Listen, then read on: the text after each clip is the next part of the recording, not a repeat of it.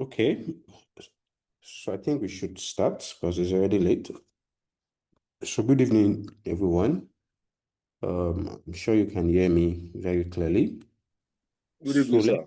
Yeah, good evening. So let's continue with our revision of what we have looked at so far. So yesterday we were able to revise some key topics, amongst which were regulatory and conceptual framework, ethics, and also IS 16.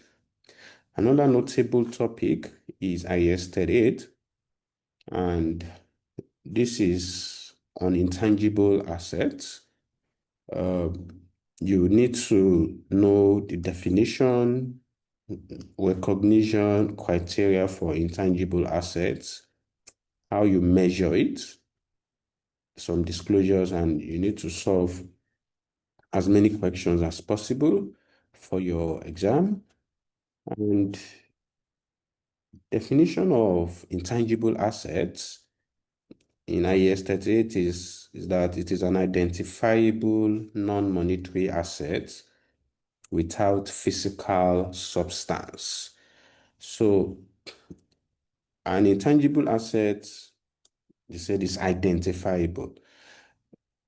What the standard looks at as identifiable, what they mean as identifiable is that this asset must be separable. It must be an asset that you can sell separately, or it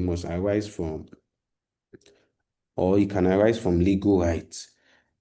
And examples of intangible assets that arise from legal rights is franchise.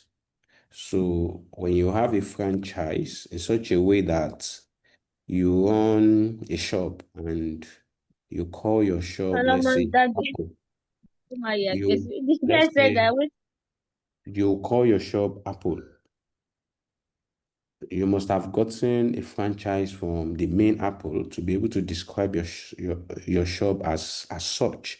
So that franchise, which is an agreement between you and the original owner of that name, is an eligible asset, and it's arising from legal right. There are some that are arising because you can sell them separately, like license or patents. And intangible assets are also non-monetary assets in the sense that the benefit you're expecting from them varies. It's not something you can predict. It varies. It's the opposite of a monetary asset. Monetary asset is similar to financial assets, where the benefits you would get, where the economic benefit you get is fixed. You can predetermine it. Like cash. Cash is a monetary asset, is a financial asset, or receivables or investments. These you can know what returns you're getting, what benefits you're getting. But intangible assets, they are identifiable, non-monetary assets without physical substance. So that's the definition. Now, when it comes to recognition and measurement of intangible assets, it's very similar to that of PP, but there are some type of intangible assets when it comes to their measurement. yeah, And please. Yeah. an Oh, don't example worry. is an internally generated intangible asset. So when you have an internally generated intangible asset, like popularly is your brand name or your goodwill, such intangible assets are not recognized in the books. You don't recognize them because we cannot measure them reliably. We cannot know what benefits you are going to derive from that asset. You don't even know the costs that is incurred to get that asset. So basically, you do not recognize those assets because they don't meet these recognition criteria. Goodwill or brand name, for example, that name you have created, you cannot attribute that, okay, this is the amount of benefit I'm getting from it. Or you cannot say this is how much I spent to build it. Okay, so note that, very important. Though in the consolidated account, you find out that internally generated intangible assets are actually recognized in the consolidated account because the parent has actually purchased them. The parent has actually paid for them, and now there is a cost that we can trace to it. Another one is research and development is also an intangible asset, right? And we can separate this into research cost and development cost. Research costs are expensed. They are usually expensed, while development costs are usually capitalized if they meet these 6 criteria, which I summarize as pi rates. So you need to know this. So these are the conditions. These are the conditions that must be met before you can capitalize a development cost as an intangible asset. It must be probable that there will be inflow of economic benefits. There must be intention to complete and use the assets. Resources must be available to complete the assets. Ability to use and sell the assets. It is technologically feasible to complete, and expenses can be identified. So you need to know this. However, they can give you in a scenario and they need you to identify whether you should capitalize a development cost. You see, what you should look out for, what would trigger or inform you that these conditions has been met, that all of these conditions has been met, is if there is regulatory approval that has been gotten, if we have gotten regulatory approval, and also if you have gotten board approval. So internally, the board has approved the project, or the regulator in your country has approved the project. That means you have met all of these conditions. That's what we would look out for. And similar to what we learned in PP, the subsequent measurement basis for intangible assets is just similar to that of PP, cost model and revaluation model.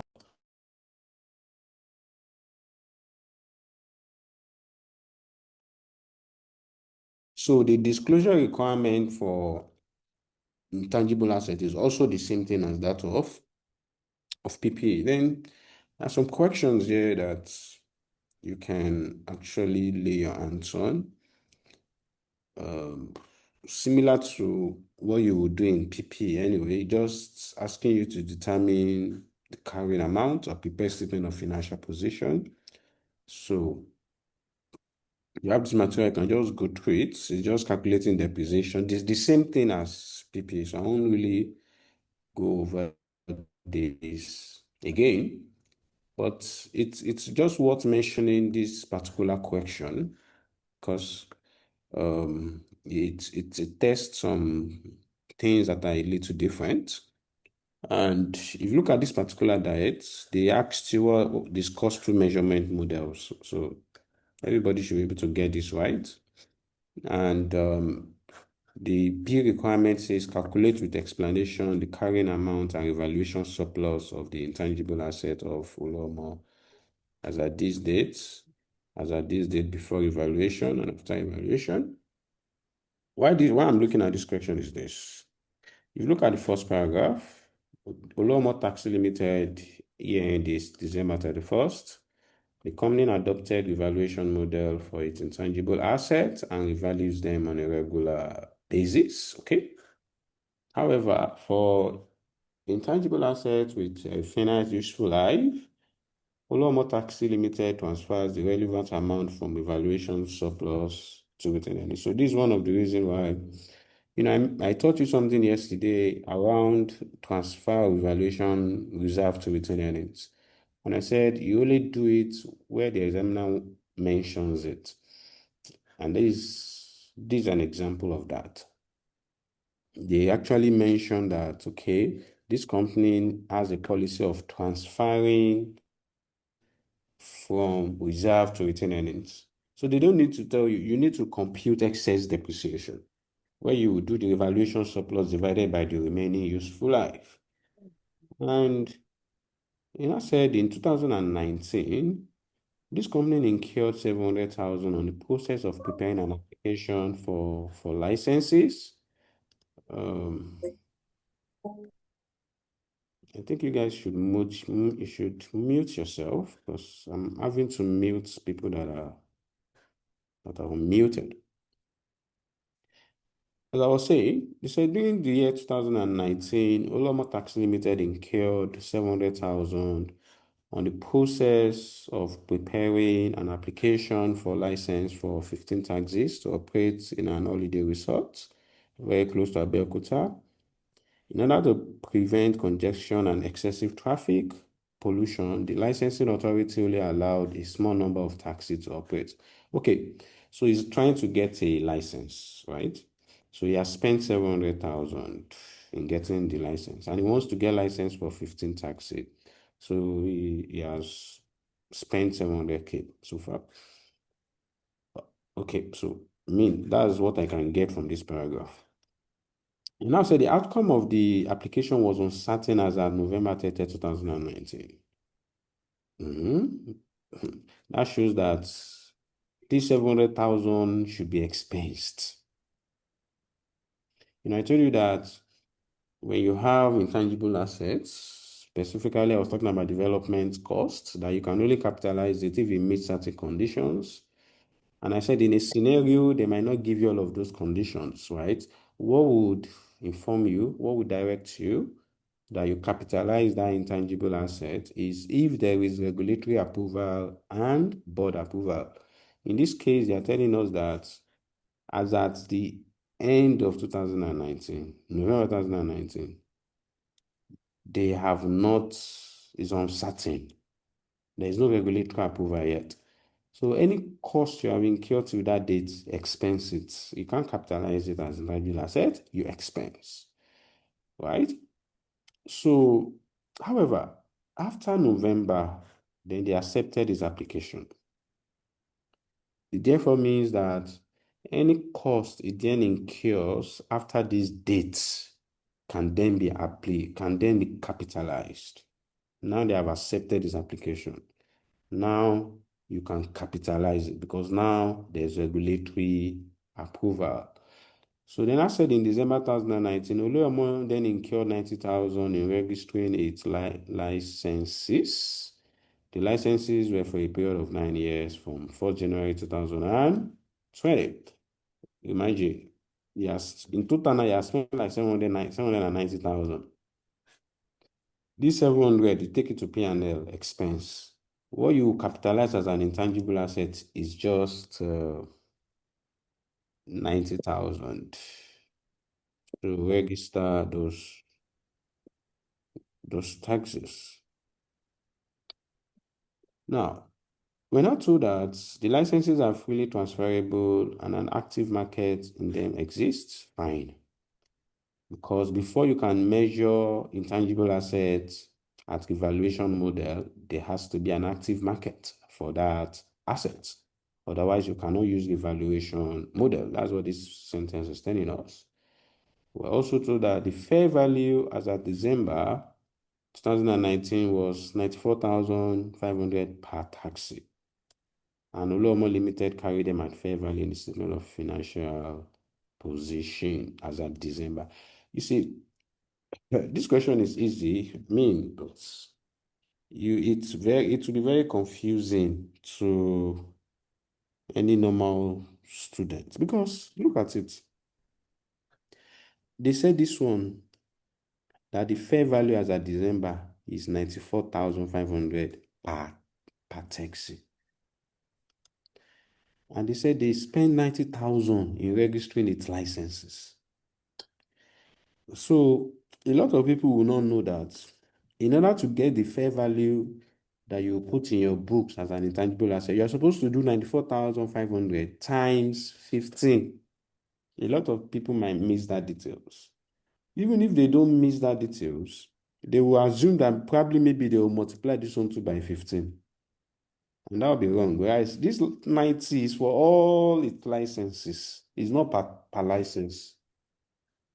This is the cost of that intangible asset. everything, 15 taxes. While the fair value, the valued amount is now 94,000 per taxi. I mean, it looks counterintuitive, but that is it. That's the details of the question. You cannot reset the dynamics of how the examiner wants you to look at it. So we'll compare this cost with 94,000 times 15 to get the evaluation surplus as at 2019, like that. Okay.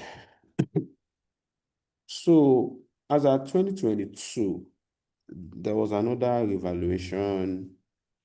So now it is 45,000 naira per taxi. So we'll do another evaluation on like that.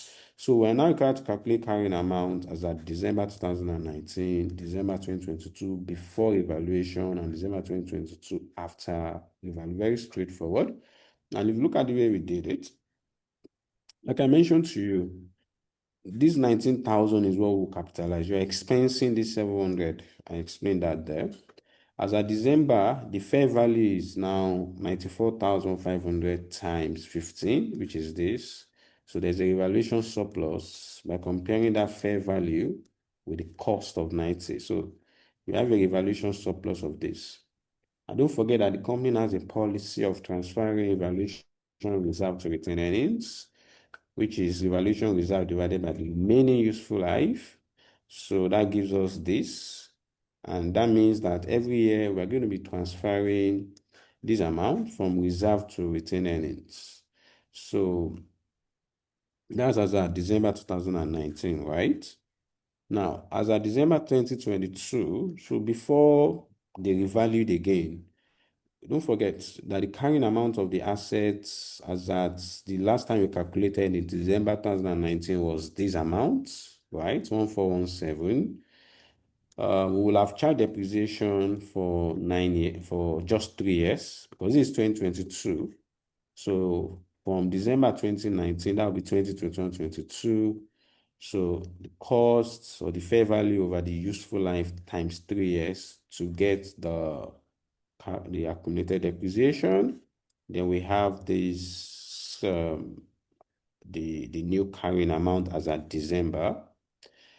And don't forget that our evaluation surplus as at that we computed up here, don't forget that we're transferring this amount every year from surplus, from reserve to retained earnings. So I computed that the transfer will have made for 3 years. So that means the balance in our surplus as at 2022 is this. Okay, so based on the question, my carrying amount before they revalued in 2022 is this, and my evaluation surplus is then this. Now, after they revalue the assets, remember that they also revalue the assets to 45,000 per taxi, which gives us this. The book value computed up there is this. So giving us a deficit of this. So this evaluation deficits, like I taught you yesterday, it won't go to P&L, rather it will go to OCI to net off against the surplus. And the carrying amount is 675,000. This is the carrying amount as that after evaluation. And that's it about this question. It's a good question. It exposes you to how to transfer. It exposes you to the fact that you can only capitalize an intangible asset when regulatory approval has been met, especially that of this nature, and a lot of other details. So it's worth looking at again. Now, another key topic is financial instruments. And I taught you that financial instruments is governed by IAS 32 and IFRS 9. And IAS 32 deals with financial instrument presentation, and IFRS 9 deals with financial instruments recognition and measurement. And basically, I told you that financial instruments are majorly debt instruments and equity instruments. So equity instruments are your share capital, like your ordinary share capital or your preference share capital. Debt instruments are your loan notes, your T-bills, your commercial papers, your bonds, your debentures. These are instruments that companies use to raise money and also that company uses to invest, right? If you want to invest, you invest in these instruments. If you also want to raise money, you use these instruments to raise money. So this standard guides you on how you actually account for these instruments. So one thing you need to know is you need to master the definition of financial instruments. So basically, you need to know the definition, you need to know how to classify and present them, and you need to know about compound financial instruments, which we looked at in depthly. So majorly, we said financial instrument is a contract that gives rise to financial asset of one entity, financial liability or equity instrument of another entity. And the way I taught every one of you, I made you understand that before a contract can be a financial instrument contract, there has to be two parties. One party must have financial assets, and the other party must have either a financial liability or equity instrument. And I defined what financial assets is to you, and majorly told you is cash, equity instrument of another entity, or a contractual right to receive cash. I emphasized more on this part of the definition because that's where they would often examine you in the exam. And I also told you that financial liability is a contractual obligation to deliver cash. And examples of financial liability majorly that should strike your mind is things like trade payables or loan payables, right? Because all of this gives rise to obligation to deliver cash. Why the flip side of it are trade receivables and loan receivables, because this gives you contractual right to receive cash. However, financial asset also includes when you buy shares in another company, investments in equity, and financial asset is also cash. So we looked at some scenarios to make you understand what is financial asset, what is financial liability, what is equity. And I can remember we looked at this question that we're using this company called net worth. So if you look at this first scenario, we're told net worth has cash of 50. So apparently this cash that net worth has is a financial asset, but there is no other party that has financial liability. So we said, yes, the cash is a financial asset, but since there is no other party that we can point to as a liability, we said it is not a financial instrument contract. Second one says net worth owns demand deposit of 1 million with First Bank. We said this demand deposit is a financial asset because it gives net worth contractual right to receive cash. And First Bank has a financial liability because it gives him an obligation to deliver cash. In that light, there is a financial instrument contract here. Also, we're told that net worth has shares in Google. That is a financial asset to net worth because it has equity instrument of another entity. And there is another party that has equity instruments, which is Google. So the two is complete. That is a financial instrument contract as well. Also, they said net worth has inventory of 56,000. Inventory is not a financial asset. Inventory is a non-financial asset. Inventory is inventory in line with IAS 2. Therefore, this has nothing to do with financial instrument. We sold goods to lie on credit, which means that Network has a trade receivables, which is a financial asset. Lai has a trade payables, which is a financial liability. So this is a financial instrument contract as well.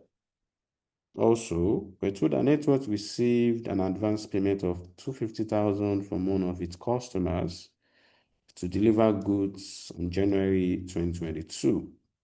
Again, this is a liability to Network because he has received cash in advance, though he has not delivered the goods. So IFRS 15 calls this contract liability. So it is not a financial liability, but a contract liability.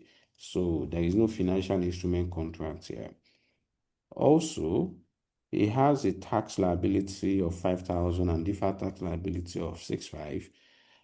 This is not a financial liability because it is a tax liability, and it is not financial liability because tax liabilities are not a contractual obligation. They are not contractual. You have no contract with the government. You're only fulfilling your civic responsibility. There is a Bitcoin. I think in one of your precinct, I say precinct, in one of your pilot question, there is a whole question around Bitcoin there. And you need to understand that Bitcoin is not a financial asset. When you invest in Bitcoin, it is not a financial asset because it doesn't meet the definition. It's not cash. It's not equity instrument of another entity. It doesn't give you contractual right to receive cash. Bitcoin is basically an intangible asset because it's an identifiable non-monetary asset without physical substance. Bitcoin can also be inventory if you are holding it for trading. If you're a company that sells Bitcoin to customers, then it probably would be an inventory. So those two would really cover what Bitcoin can be. Now, there was also another question, more advanced, that we need to identify justifying how each transaction should be treated in line with IAS 32. If you look at this transaction, they said this company, Aqua Limited, issues 40 million non-redeemable preference shares at par value. Under the terms relating to the preference shares, a dividend is payable on the preference shares only if Aqua Nigeria Limited also pays a dividend on its ordinary shares for the same period. So the transaction here or the instrument here now is a non-redeemable preference shares. You see, ordinarily, non-redeemable preference shares should be equity because it's non-redeemable. We're not going to pay them back their money. We don't have any contractual obligation to deliver cash. So it should be equity. However, looking at the substance, they said under the terms of the preference shares, a dividend is payable on the preference shares only if Aqua Nigeria Limited pays dividend. Okay, perfect. So even this further shows that it is an equity instrument. So Aqua Limited is going to present these preference shares, non-redeemable preference shares, as an equity instrument. That's how he's going to present it in his books. Secondly, we're told that Aqua Nigeria Limited enters into a contract with a supplier to buy a significant item of equipment. Under the terms of the agreement, the supplier will receive ordinary shares with an equivalent value of 5 million 1 year after the equipment is delivered. So here now, the substance here is the fact that yes, we bought an equipment. That one is not a problem because that's an asset. We would probably put that in our books as PPA. Now, the major instrument being issued here is that under the terms of the agreement, they said the supplier is going to receive ordinary shares with an equivalent value of 5 million 1 year after the equipment is delivered. So what we are saying here is this: Aqua Limited, in order to pay for that equipment he has acquired, he would issue shares He's going to give shares to that supplier. Instead of giving cash, he gives him shares, right? So that shares we are giving him, so we are giving him ordinary shares. Are we going to, how do we treat it in our books today? How do we treat it in our books today? So that's very similar to what we usually call share option. And we can easily treat that as equity instruments. But in this case now, before you can treat anything as equity, we need to know the number of shares we are issuing. But here we don't, because they say we're going to give him ordinary shares with an equivalent value of 5 million. So how many shares? We need to know. So this therefore goes to show that the number of shares we are going to issue is a variable number of shares. So whenever you are going to issue ordinary shares and the number of shares is variable, that ordinary shares should be treated in your books as a liability. It is a financial liability because there is a level of obligation there, in the sense that we don't know whether we're going to issue much more or less because they've already capped it with a figure. So what would determine ultimately how many shares you will issue would be dependent on your share price as at that date. But the takeaway from here is that when you're issuing shares in which the number of shares is variable, you don't know that it is going to vary. Yes, we know the value, but how many shares? It will depend on their share price as at in 1 year's time. In 1 year's time. So when we want to recognize this transaction in our books, so we're going to debit PP and credit liability. But you know that this 5 million is a future value. It's a future value. So you won't put 5 million in your books today. You would put the present value of that 5 million. That's what you're going to put in your books today. And thirdly, so all this I'm saying, I actually have the solution here for you, is in what I gave you. So you can actually read through it. So the third one says the directors of Aqua Nigeria Limited, on becoming director, are required to invest in a fixed agreed sum of money in a special class of 1 naira ordinary shares that only directors hold. Dividend payments on the shares are discretionary and are ratified at the AGM of the company. When a director's service contract expires, Aqua Nigeria Limited is required to repurchase the shares at their nominal value. Yeah. Okay, so what is happening here? What's happening here is that this company usually issues shares to directors. Anytime they become director, they issue shares to those directors. So the directors are required to invest an agreed sum of money in the company, right? I mean, the key thing is how do you treat the shares you are giving to the director? How do we treat it in our books?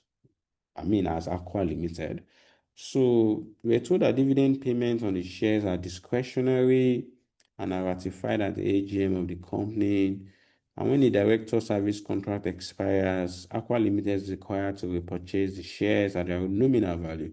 Now, since Aqua Nigeria Limited is required to repurchase the shares, it therefore shows that Aqua Nigeria Limited has an obligation to deliver cash at maturity. That's liability. And also, dividend payment on these shares are discretionary, meaning that directors don't have, it's showing that yes, directors don't have obligation to pay dividend.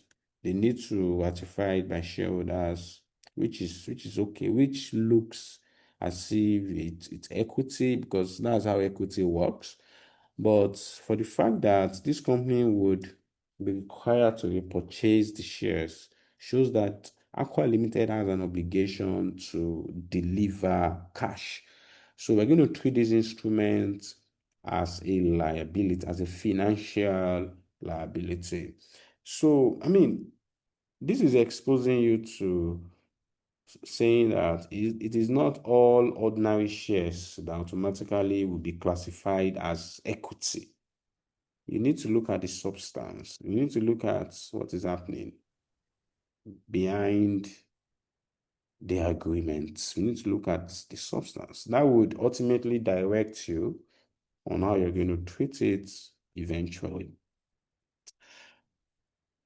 And remember that I gave you more questions to solve, which some of you did, and I was able to help you mark it. And also, we looked at recognition and derecognition of financial instruments. I gave you the recognition criteria that you only recognize financial instruments when you are a party to a contract, and you can derecognize financial assets now when your right to cash has expired or when you have transferred risk and reward. Okay?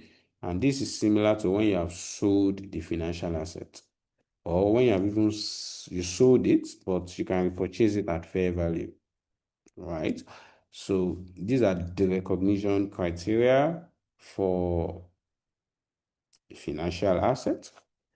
And for financial liability, you can only derecognize a financial liability when the obligation in the contract has been extinguished, meaning you have either transferred the obligation, or you have canceled the obligation, or the obligation has been discharged, right? That is the only condition when you can derecognize a financial liability.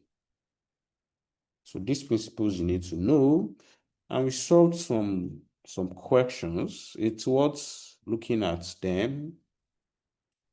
So thankfully, we have the solutions there. You see how we apply the recognition rules, ensuring that these two are present before you can say, okay, they recognize either a financial asset or a financial liability. So you might want to take a look at those and use those solutions as a guide for yourself.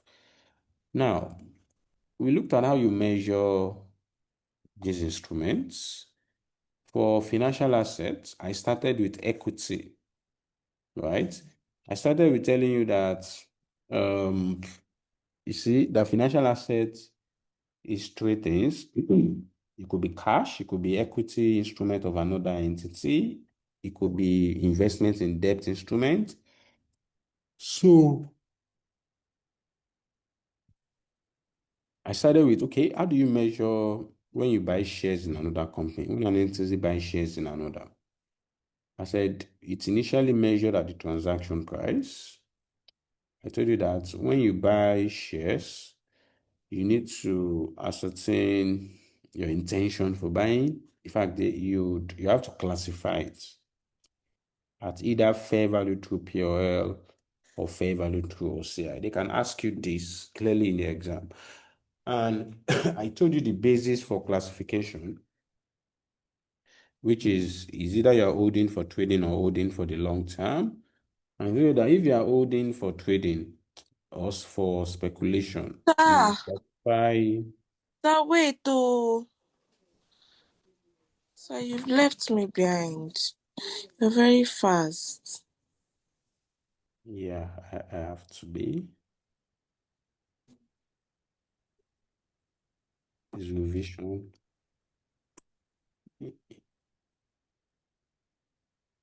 I'm waiting. Let's start from measurement of financial instrument, please.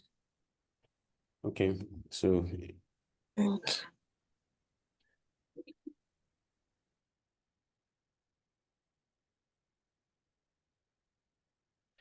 again,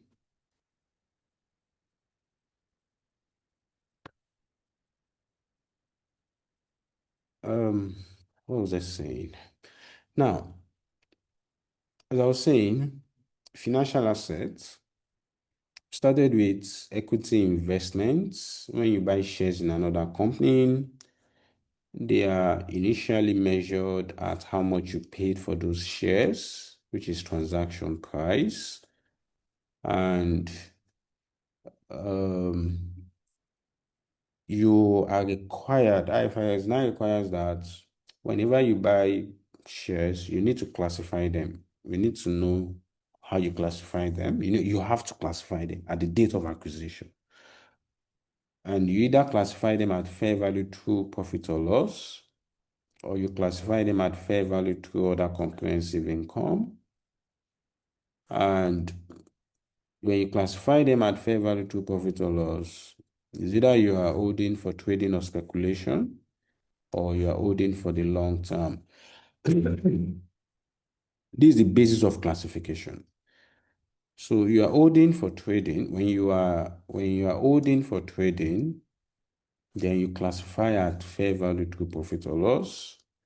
When you are holding for the long term, you classify at fair value through other comprehensive income. That's how you classify. So if you buy shares in a company for 10 million and you intend to sell within 1 year, right? It shows that you have bought those shares for trading. So you will see that when I wanted to enter that financial asset in my books, I said I classified it at fair value through profit or loss because I intend to sell within 1 year. So then of course you credit bank. Now, when you buy shares, you might incur some professional fees that you pay to your stockbrokers or stamp duties and all. So where you'd classify the financial assets at fair value through profit or loss, this transaction cost will be expensed. This transaction cost will be expensed. The money you pay to your professional and all of that, expense means you take it to P&L. But if the transaction cost or if the financial asset is classified at fair value through profit or loss, at fair value through OCI, this transaction cost will be capitalized, meaning you're going to add it as part of the cost of that your investment. You capitalize it. That's how you treat transaction cost. Now, all this is happening when you bought at initial measurement. So, like almost 3 things I've mentioned here. When you buy shares, you would know, of course, how much you bought it. So that's transaction price is initially measured at transaction price. And immediately you buy it, before you put it in your books, you must classify it. So we usually classify this financial asset, this equity investment, either at fair value through profit or loss, or fair value through OCI. What determines this classification is whether you're holding it for trading or you're holding it for the long term. If you're holding it for trading, you classify at fair value through profit or loss. If you're holding it for the long term, you classify it at fair value through other comprehensive income. Of course, when you buy shares, you will incur transaction costs. You pay professional fees, stockbrokers, and all that. How do you treat it? If the financial asset is classified at fair value through profit or loss, the transaction cost should be expensed. But if the transaction cost is classified at fair value through OCI, the transaction cost should be capitalized. Then at the end of the year, these equity investments will now be measured either at fair value through OCI or at fair value through profit or loss. And I told you when I taught you that the difference between these two is basically how you treat changes in fair value. If you measure your financial asset at fair value through OCI, any changes in fair value, increase or decrease, increase or decrease will go to OCI.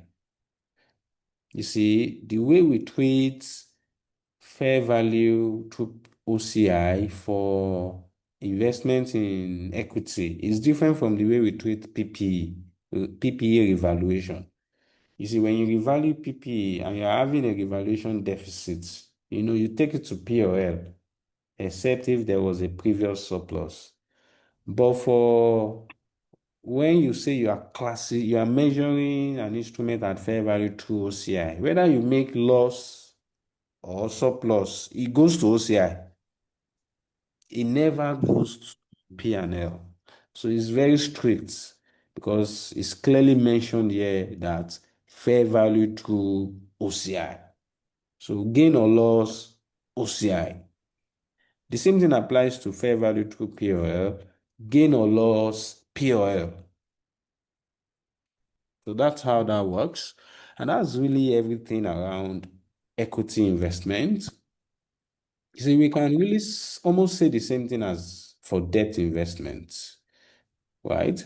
Just that when you invest in debts like T-bills, like commercial papers, like bonds, they pay you interests. You would get interests. There's usually this contractual right to receive cash in this ecosystem of debt investment. Unlike those ones around equity. Equity, you don't have any contractual right to receive cash. When you invest in equity, you only get dividend. So which is why treatment of it is quite straightforward. It is really straightforward, really. But debt, you need to account for the interest and all of that you will get.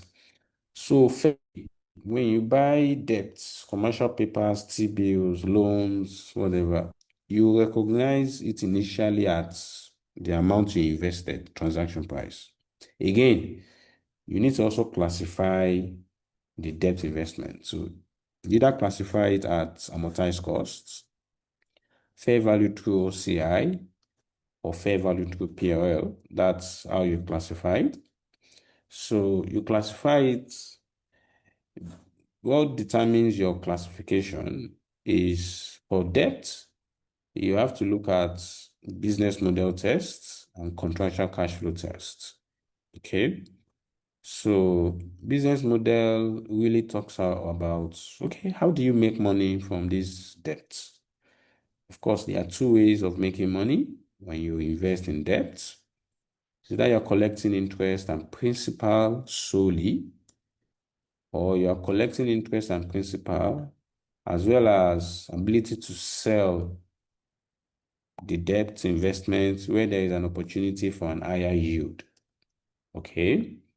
And these two really dictate how and the contractual cash flow test means that there has to be a contract that supports your business model, that supports how you make money. So, I mean, there need to be a contract that would show that, okay, you're going to collect this amount of interest.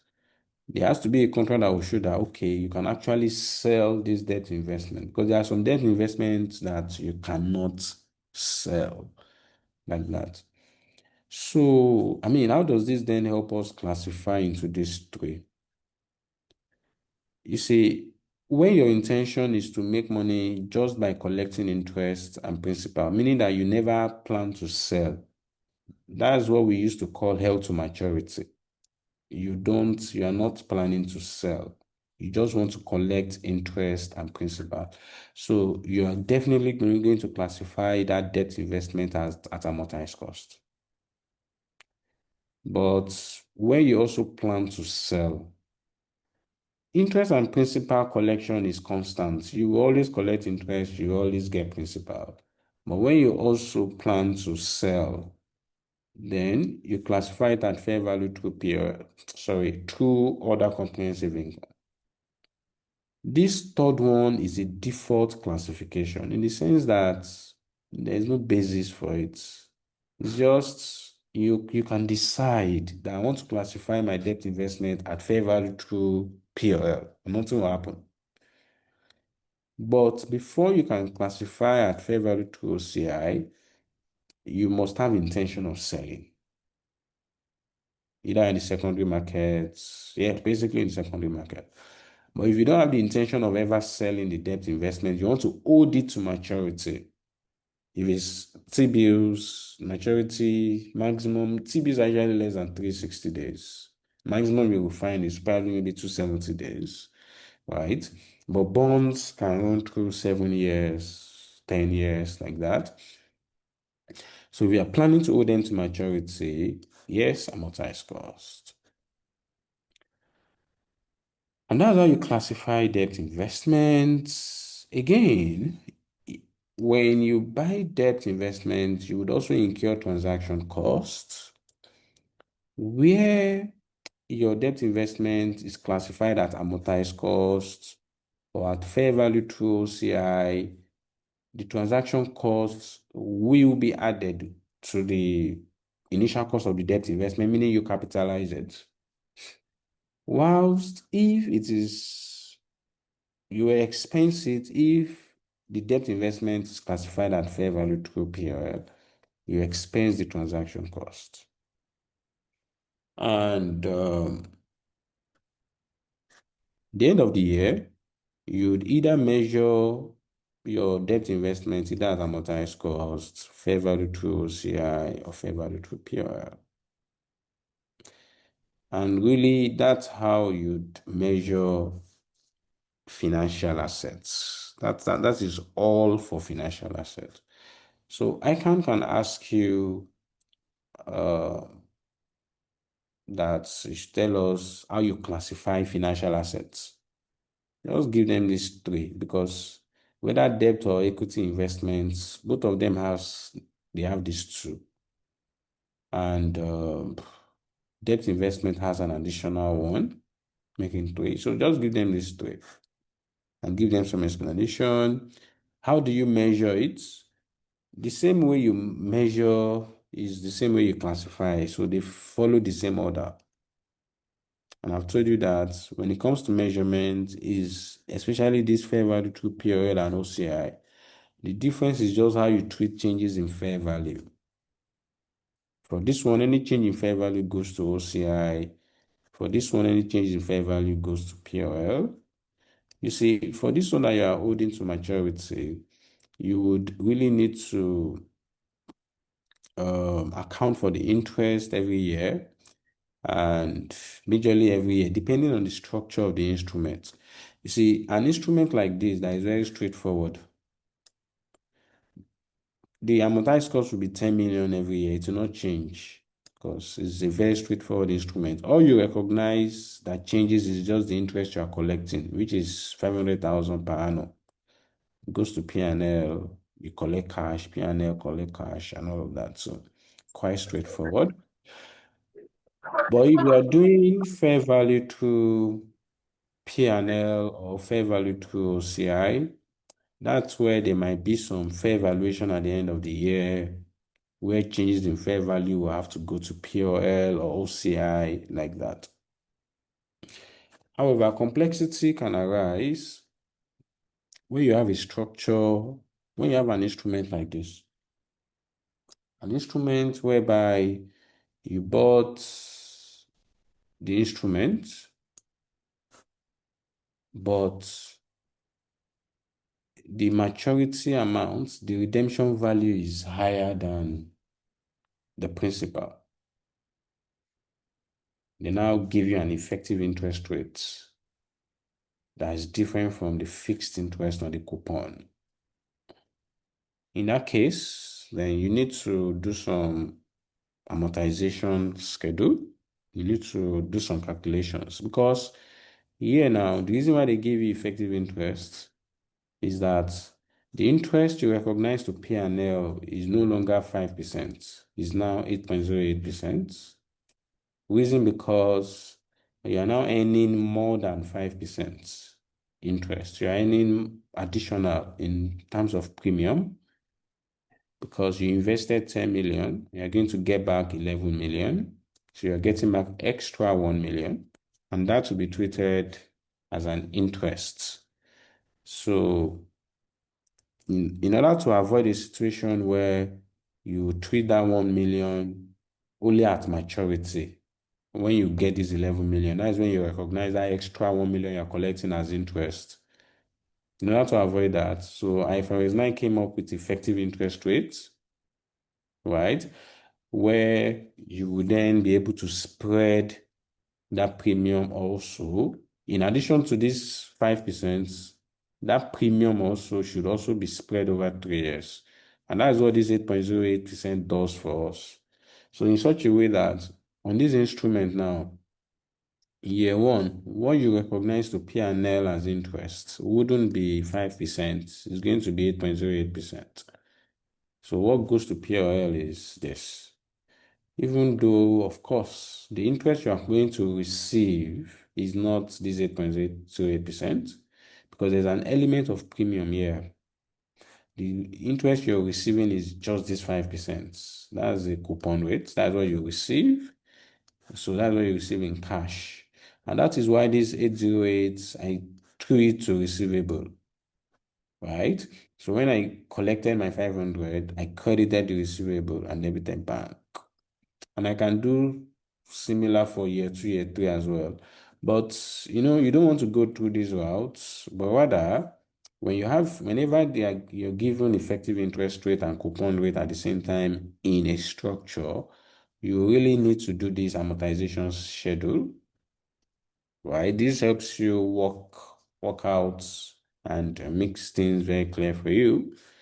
Like in this case, this guy invested 10,000.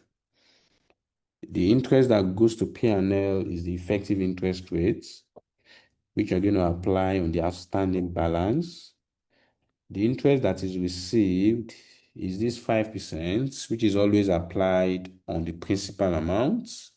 I mean, I've seen a structure whereby the principal amount was the maturity amount, and the examiner wrote it there for you as the principal amount. So a lot of students got this very wrong because they were applying the 5% on how much was invested, whereas that wasn't the principal. That wasn't the principal. The examiner made it very clear what the principal was, and most students fell for the trap and got this wrong. So this interest, this coupon is always applied on the principal amount, right? And it's fixed. You see that it doesn't change year in, year out. So here now, this effective interest, which is 8.08% times this, is what goes to POL. By the time you do this plus this minus what we have collected, the balance is this, which we're going to carry forward to next year. Year 2 interest is this 8.08% times this. That gives us this amount. When you take away the 5% interest that is received, you have a balance of this amount, which you carried forward as well. And also, you apply the interest again, you get this. When you take away how much you receive, you have this balance of for your financial asset.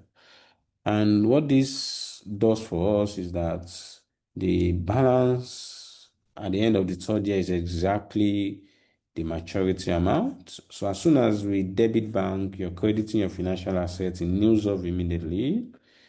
And also, when you sum up these three interests that we said goes to P&L, you will see that it's going to equate your total interest, actual interest that you receive, which is 5% per annum of 10 million, which is 500,000 per annum, totaling 1.5 million over 3 years, being the term of the instrument, plus the premium that you're getting that I said should be treated as interest as well, which was why they came up with this that we are using to calculate our interest that goes to POL. When you add that 1 million to that 1.5, it gives 2.5 million.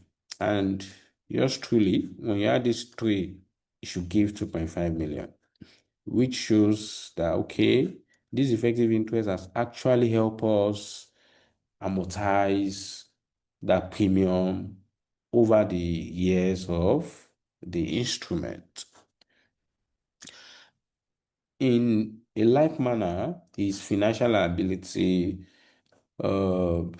Though financial liability are initially measured at net proceeds. Net proceeds in the sense that the transaction cost is usually deducted from it. You deduct so if you invest, if you borrow 10,000 and you paid 200 naira to some professionals to help you raise the money, what you're going to recognize in your books as the value of your liabilities, the net, because that's what actually came to you. And is what I demonstrated in this scenario. That's the only difference here. This guy, he issued. When we issue, that means we are the one borrowing money. That's why it's a financial liability.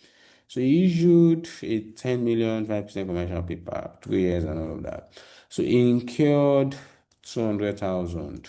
You will see that initially, I measured this at 9.8, which is 10 million minus 200. However, similar to what I've explained earlier, because there's a premium, because I'm going to pay back 11 million, so there's a premium on redemption. So in addition to this interest I'm paying, I'm also paying premium. That's why we are having effective interest here. And I already established the fact that it's the effective interest that goes to PLL, right? You see that this 5% is still calculated on the principal. Don't make the mistake of calculating it on 9/8. That'll be wrong. It's calculated on the principal, and that checks it out like that. And there's another instrument called compound financial instruments.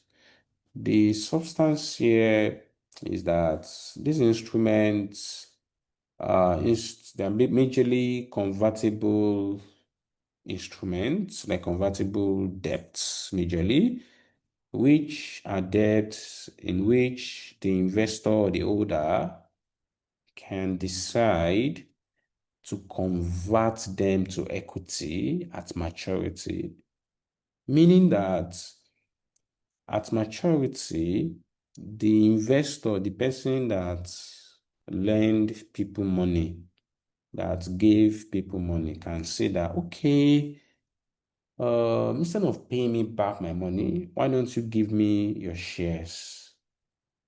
Right? He has that option. That's what we call convertible debt. I can decide to convert my debt to equity. In that wise, the challenge for the issuer, the challenge for the guy that borrowed money is that with such an instrument, are you going to treat it as a debt or equity? Because this investor can convert, because I might not pay him cash. So it has elements of, the point is that the issuer is not sure what the investor will do, whether he will say he wants to collect his money back or whether he wants to convert it to shares. We don't know. For that reason, we treat it as both debts, that is financial liability and equity. We treat it as the two. So in order to do that, whenever we raise money, like in this question now, okay, this guy raised money using convertible bonds. He raised money using convertible bonds. He actually raised 8 million. So the first thing you need to do is to separate these 8 million, because you cannot just say, okay, since it's convertible bond, so you treat it as a liability. No, that would be wrong. These 8 million, you need to separate it into financial liability and equity. And the way we do that is, first, you're going to determine the liability portion by getting the present value of the interest and the present value of the principal. The interest in this case is the coupon rate, which is the face value of the interest, 6% of 8 million, which is 480. In order to discount that to present value, you use annuity formula, 1 minus 1 plus r is to power minus n over r. And that's because these are annual interests. To get its present value, you use annuity. So the PV of that from year 1 to 4 is that. Then the 8 million you're going to pay back at maturity, you discount that also to present value. So this one, you use discounting factor formula, which is 1 plus r raised to power minus n. It gives you this amount. Noting fully well in this case that your R here is going to be 9%, which is the market rate, which they give you also in the correction, which is the market interest rate for similar debt total conversion option. Now, when you sum the PVs together, you get this value, which you're going to compare with how much you borrowed. So the balance becomes equity. So you treat the balance as equity. So this 8 million has now been separated into equity and debt. So this amount represents the financial liability. You can treat that as a non-current liability.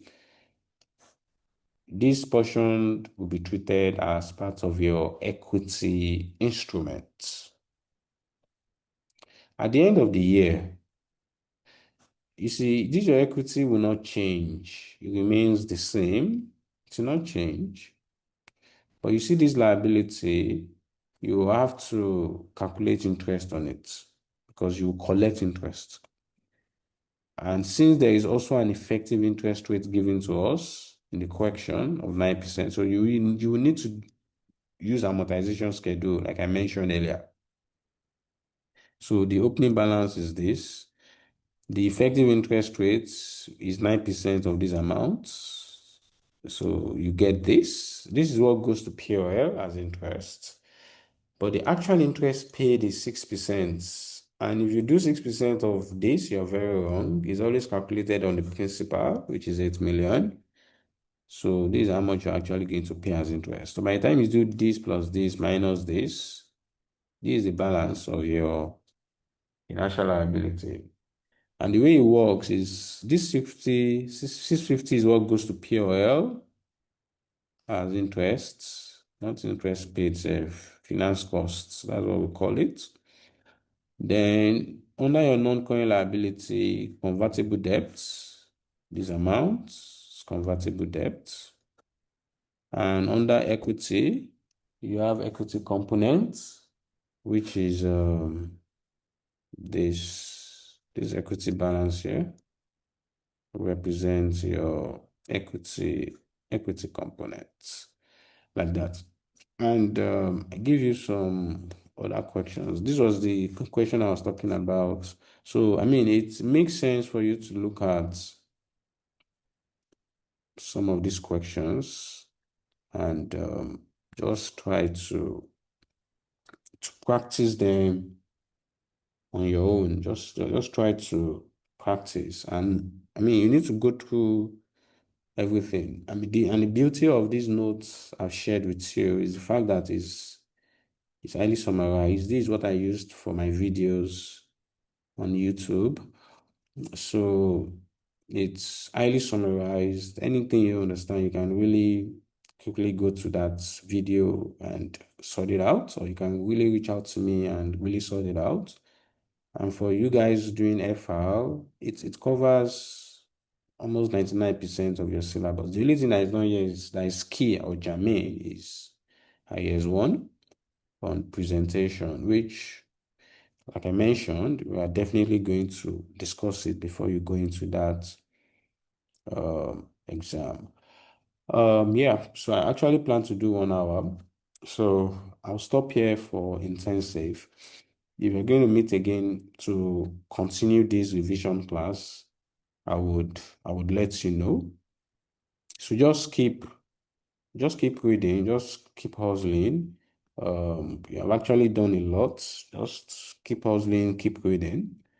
We're still very much available for you until you write the exams. That's when we are going to part ways. I mean, for as far as ICAN is concerned, but we are still very much together. We are still within the diet as far as we are concerned. until you step into the exam and come out and do well. That's when we're going to leave your case alone. Otherwise, no, we won't. Okay, so let's have a wonderful night. Bye, everyone.